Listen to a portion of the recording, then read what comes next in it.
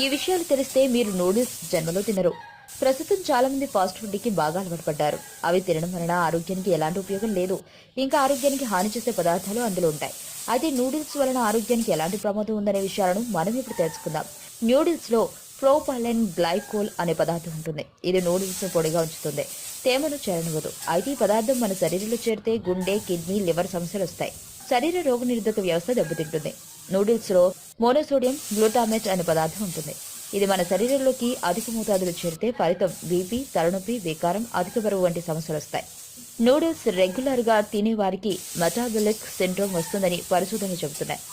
ఇది వస్తే శరీరం క్యాలరీలను సరిగ్గా ఖర్చు చేయలేదు, జీవక్రియలు మందగిస్తాయి. ఫలితంగా థైరాయిడ్ గ్రంథుల పనితీరుపై ప్రభావం పడుతుంది. దాంతో బరువు పెరుగుతారు. నూడిల్స్ లో